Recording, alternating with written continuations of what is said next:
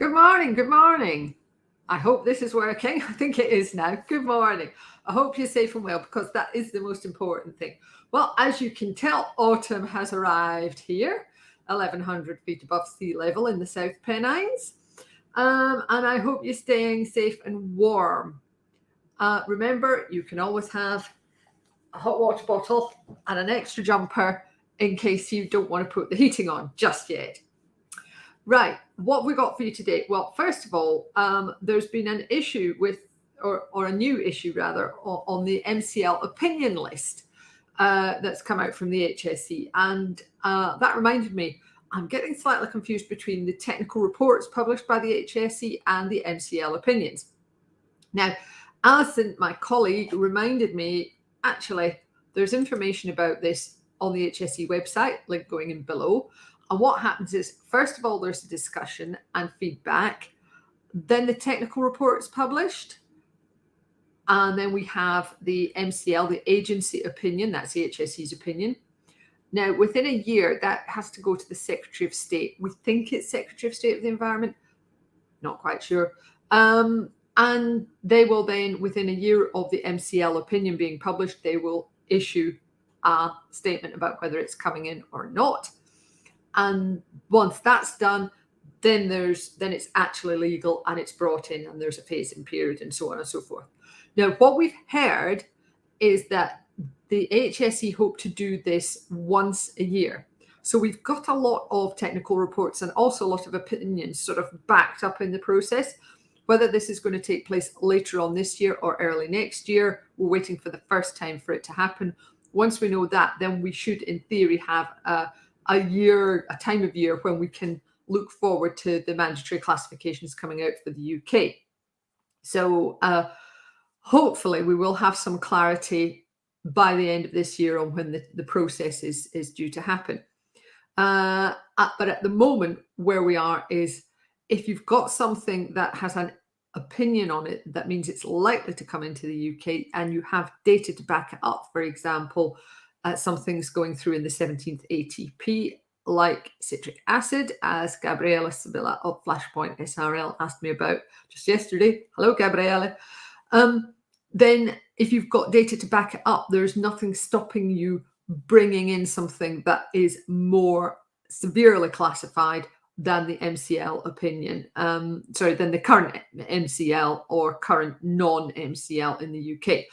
Now, the one area to be careful of is if something has a harmonised classification which is reducing and it hasn't gone through in the UK yet, we always recommend you wait until full publication of an MCL in the same way that we would in the EU.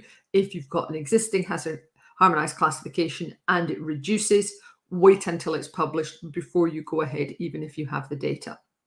So I hope that's useful.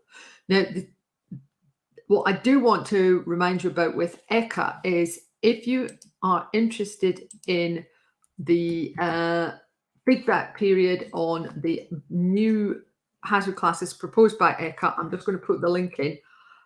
Get your skates on, submit your information or your comments or your arguments why these should not be brought in now, because the closing date is the 18th of October, which is just over 2 weeks away. So we don't have a lot of time to comment on this. We've been discussing this quite a lot within our email newsletter, within LinkedIn and various points. And there are a lot of problems with this, particularly endocrine disruptors. But one of the best arguments against bringing all of these in actually came from a retired chap called Peter. I think it might be Peter Smith. Great name, that. Guess what my maiden name is. But anyway, he said, well, the whole point about all of these things is they're mechanisms. They're not actual hazards themselves. Certainly endocrine disruptor, that is not a hazard of itself. It's not a toxicological endpoint. It's a mechanism.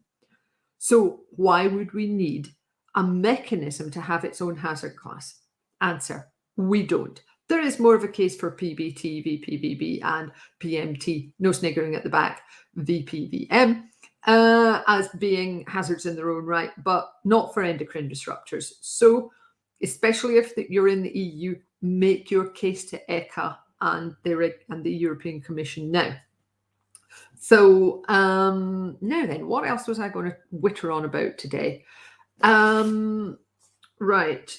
ECA, MCL in UK. Oh, yes. This is absolutely horrendous. I don't know if you've seen this going around on LinkedIn, but a chap called Alan Gilbody has posted an image of two products side by side. We believe it's from Malaysia. It's in English and it's in another language. And one of them is bleach and one of them is one of those strawberry drinking yogurt things. And they're very, very similar. Clearly, this is totally against CLP, both the EU and the UK. And do not worry about it because it is so wrong. It's horrendous. We're talking about CLP regulation, Title 4, packaging, Article 35, packaging number 2. Packaging containing a hazardous substance or a mixture supplied to the general public shall not have either a shape or design likely to attract or arouse the active curiosity of children or to mislead consumers, or have a similar presentation or a design used for foodstuff or animal feeding stuff or medicinal or cosmetic products, which would mislead consumers. So there you go. We cannot have this kind of thing going on in either the EU or the UK, but be on your guard for it overseas. I did check back with GHS. There's nothing about that in GHS. They do not deal with this kind of thing within GHS. So it's going to be local laws preventing this happening. But I would suggest that for any company domiciled in the UK or EU, ask yourselves, if you are selling in those jurisdictions, would it meet the definition of responsible care? And if it wouldn't, don't do it. Anyway, I shall get off my soapbox and we'll have a little look at the two Ronnies today because it's time for a bit of cheering up. This one is how to care for the sick. Hang on, I'm just typing this in here. There we are. And hello, if you're watching live, apologies. This is all slightly ad hoc today. There's a lot to get through. And hello, if you're watching on catch up as well. But excuse me. So that's it for me for today. I hope you found it interesting. We will be putting our LinkedIn newsletter, which summarizes some of the newsletter points that we've done in the last month. And thank you very much for watching. Take care of yourselves. Have a great weekend. And I hope to chat to you again next week. Bye.